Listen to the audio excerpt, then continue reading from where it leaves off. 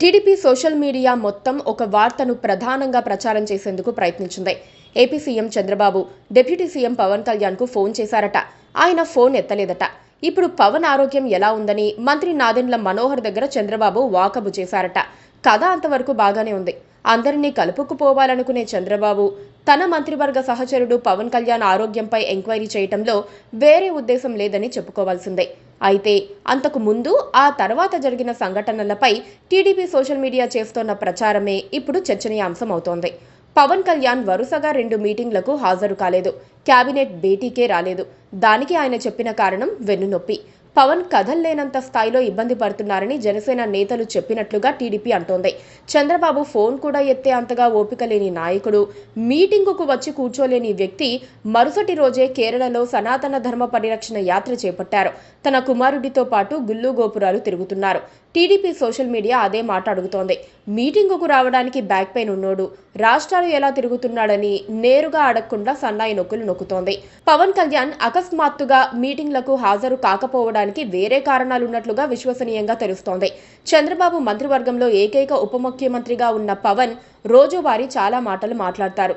Seize the ship అని కూడా dialogues వదులుతారు. చూసే వాళ్లకు ఏపీ మంత్రివర్గంలో పవన్ అన్నీ తానే చేస్తున్నారన్న అనుమానం కలుగుతోంది. సీఎం చంద్రబాబు కూడా పవన్ కళ్యాణ్ గారు అంటూ ఆయన లేకుండా ఏ పని జరగదన్నట్లుగా కలరింగిస్తూ ఉంటారు. అసలు జరిగేది మాత్రం వేరుగా ఉంటోందని జనసేన వర్గాలు ఆగ్రహం చెందుతున్నాయి. పవన్ మాటలకే పరిమితమయ్యారు. చేతలన్నీ ఇప్పుడు చంద్రబాబు తనయుడైన మంత్రి నారా లోకేష్ చేతుల్లో ఉన్నాయని చెబుతున్నారు. ఏ పనైనా లోకేష్ కు చెప్పకుండా చేయకూడదట. చంద్రబాబు తనయుడు ఒక టీంను పెట్టుకుని వారి ద్వారా మంత్రాంగం నడిపిస్తున్నారట.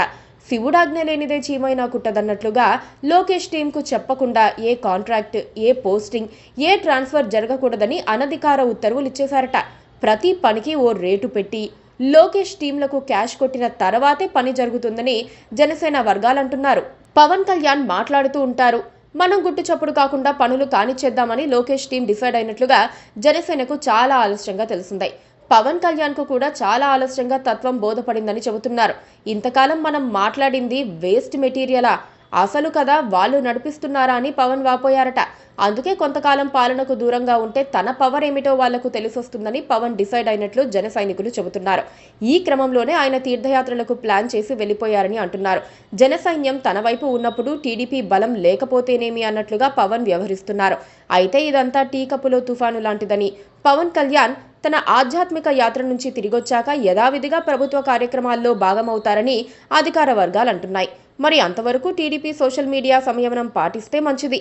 ఎందుకంటే ఒక్కసారి జనసేన సోషల్ మీడియా ఎంట్రీ ఇస్తే వాళ్ళని ఆపడం కష్టమవుతుంది. Please subscribe to KTV Telugu. KTV Telugu KTV Telugu channel.